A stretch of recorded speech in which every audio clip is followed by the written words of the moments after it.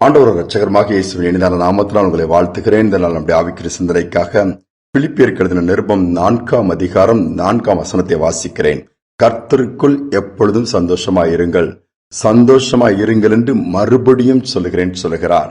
சந்தோஷமாய் இருங்கன்னு சொல்லி ஈஸியா சொல்லிடலாம், நான் சந்தோஷமா இருக்க முடியுமா? இதுதான் இன்றைய கேள்வி. ஆண்டவருக்குள் இருக்கும் பொழுது இருக்க முடியும் என்று வேதம் சொல்லுகிறது. உலக பிரகாரமா இருப்போம்னா நிச்சயமாகவே ஒருபோதும் ஒரு நாளும் சந்தோஷமாக இருக்க முடியாது. என்றால் உலகத்தை பார்ப்போம்னால் தேவைகள் அதிகம், எது எடுத்தாலும் ஒரு திருப்தி இருக்காது. அது கிடைச்சா நல்லா இருக்குமா? ஒருவேளை நடந்து போகிற ஒரு மனிதன், நான் எனக்கு ஒரு சைக்கிள் கிடைத்தா நல்லா இருக்கும், சைக்கிள் கிடைச்ச உடனே திருப்தி வந்ததா? இல்ல. ஒரு பைக் கிடைச்சா மிதிக்காமலே அழகா போகுமா? பைக் வந்த உடனே இல்ல. எங்களுக்கு வெயில் அடிக்குது, மழை பெஞ்சா என்ன பண்றது? ஒரு கார் கிடைத்தால், கார் வந்து விட்டாலும் திருப்தி வந்துவிட இல்லை.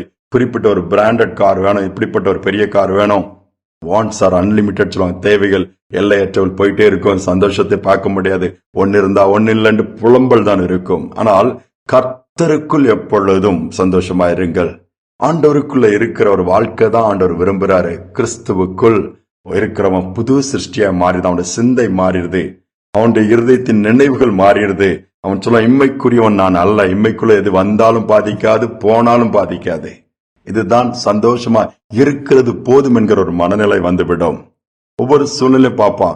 ஒரு நேரம் சாப்பாடு இல்லைனாலும் என்ன சொல்லும், ஒருவேளை எனக்கு ஒரு நேரம் தான் இல்ல, என்ன 2 நேரம் சாப்பாடு இல்லாம எத்தனை பேர் இருக்காங்களே, கர்த்தர் என்ன கைவிடாம இதுவரையாவது நடத்துறாரு, அப்படி ஒரு திருப்திக்குள்ள வந்துருவாங்க. ஆனா கிறிஸ்துவுக்குள் இல்லாம இருந்தா, நான் மட்டும்தான் கஷ்டப்படுறேன் பாருங்க, அவங்க எல்லாம் எவ்வளவு வசதியா இருக்காங்க, அவங்க எல்லாம் எவ்வளவு பெரிய வீடு கட்டி இருக்கிறாங்க, அவங்க பிள்ளைலாம் எப்படி இருக்குது, இப்படியே நினைக்கிறவங்க அதை சொல்லியே ஒன்னு இல்லாம புலம்பிட்டு தான் இருப்பாங்க. கடைசி வர இருக்கிறதே இழந்துருவாங்க. கர்த்தருக்குள்ள எப்பொழுதும் சந்தோஷமா இருக்க சொல்றாரு. பாடுகளை பார்த்து பின்வாங்கிடக்கூடாது. ஏன்னு தெரியுமா? நமக்கு முன்பாக ஆண்டவர் சந்தோஷத்தை வச்சிருக்கிறாரு. கர்த்தருக்குள்ள இருக்கும் பொழுது நமக்கு முன்பாக இருக்கிற சந்தோஷத்தை நம்ம பார்ப்போம். அதை பார்க்கும் பொழுது படுகிற காலத்தில் பாடுகள்லாம் அந்த பெரிய சந்தோஷத்துக்கு வெளிப்பட போற மகிமைக்கு ஒப்பிட்டு பார்த்தா அது கிட்ட வரவே முடியாது. எபிரேயர் 12ஆம் அதிகாரத்துல கூட அதான் சொல்லப்பட்டிருக்க 2ஆம் வசனம். கிரஹாம் ஸ்டெயின்ஸ்ங்கிறது ஒடிசான்கிற மாநிலத்தில் ஆஸ்திரேலியா வந்த மிஷினரி தம்பதிகள். அங்க ஊழியம் செய்யும் போது அவரும் அவருடைய 2 பிள்ளைகளும் காரோடு கொளுத்திட்டாங்க. 1999ல உலகத்தே, இந்தியாவே ஒரு அசைத்து ஒரு குலுக்குன்னு ஒரு சம்பவம். மொத்தம் அவருக்கு 3 பிள்ளைகள், ஒரு பெண் பிள்ளை இங்க தமிழ்நாட்டில் குறிப்பிட்ட ஒரு இடத்துல கான்வென்ட்ல படிக்கிறா, மனைவி, 2 குட்டி தம்பிமார்கள். அந்த பையனும் அவரும் அந்த ஜீப்ல இருக்கும்போது அந்த வாகனத்தோடு கொளுத்தி கறிக்கட்டே ஆயிட்டாங்க. ஆனா எல்லாம் முடிஞ்சிருச்சுது. தொழுநோயாளர் மத்தியில 1965ல இருந்து அவங்க ஊழியம் செய்யறாங்க. யோசித்து பாருங்களா, பிள்ளைகள் இழந்தாச்சு, கண்ணன் இழந்தா இந்த சகோதரிய நிலைமை எப்படி இருக்கும்? ஒரு பெண் குழந்தை இருக்குது. ஆண்டவருக்கு தானே வந்தோம், ஆண்டவருக்கு தானே ஊழியம் செய்தோம். அதை ஜெனரலா நின்று பிரீச் பண்றது ஈஸி, ஸ்டேஜ்ல நின்று பிரீச் பண்றது ஈஸி, பாட்டு பாடி ஆலயத்துல ஆராதிப்பது ஈஸி, உட்கார்ந்து பிரசங்கம் கேட்பது ஈஸி. தொழுநோய், குஷ்டரோகம் பாதிக்கப்பட்ட ஜனங்களை கிளீன் பண்ணி அவங்களோடு ஒரு ஆளா இருந்து ஊழியத்தை செஞ்சாங்க. ஆனா இப்படிப்பட்ட ஒரு தண்டனை கிடைச்சது போல அவங்க வேதனை ஆனாலும் அதை குறிச்சு கவலைப்படல. ஒரு முறை ரிப்போர்ட்டர்ஸ் எல்லாம் கேள்வி கேட்கறாங்க. அவங்க கணவன் 2 பிள்ளைகளையும் மத தீவிரவாதிகள் கொளுத்திட்டாங்க, எரிச்சிட்டாங்க, நீங்க என்ன நினைக்கிறீங்க? அவங்கள தண்டனை வாங்கி கொடுக்கணும். அவங்க எதுவுமே சொல்ல, நான் மன்னிச்சிட்டேன் மனதார, இதை நான் ஒரு பெரிய இஷ்யூவா எடுக்கல, ஏன்னா இது எனக்கு பாதிப்பை ஏற்படுத்தாது, எனக்கு முன்பாக எங்களுக்கு முன்பாக ஒரு பெரிய சந்தோஷத்தை ஆண்டவர் வச்சிருக்கிறாரு. இதே எபிரேயர் 12:2 அவங்க வாசித்து காமிக்கிறாங்க. அதன் பொருட்டு நான் அவமானத்தை என்னல, சிலுவையை நான் சகிச்சு தேவனுடைய வலது பாசத்துல என் ஆண்டவர் உட்கார்ந்து இருக்கிற அந்த காரியங்களை பார்த்து நாங்களும் ஒரு நாள் அங்க போவோங்கிற நம்பிக்கையோடு தொடர்ந்து ஓடுறோம்னு சொல்றாங்க.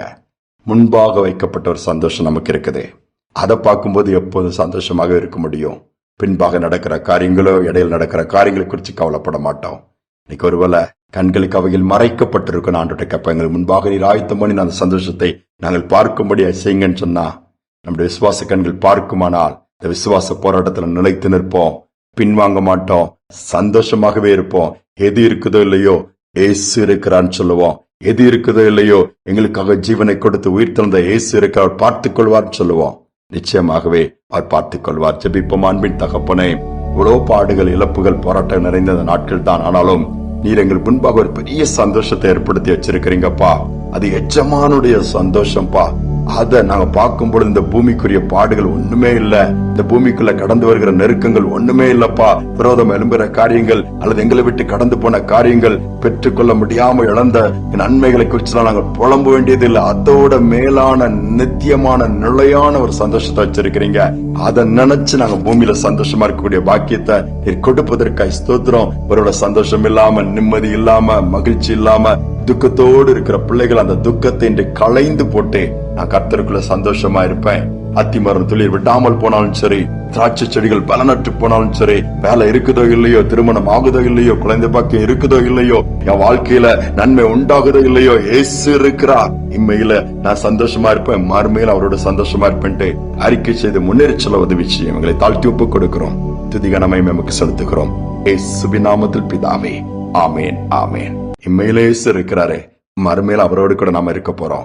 இதற்கு மேல என்ன வேண்டும்? சந்தோஷமாகவே இருப்போம். ஏன், எப்பொழுதும் சந்தோஷமாக இருப்போம். இந்த கிருபை கர்த்தர் ஒவ்வொருவருக்கும் கொடுப்பாராக. இந்த சிந்தனையோடு நாளை தொடருவோம். மீண்டுமாய் நாளை தினம் சந்திப்போம்.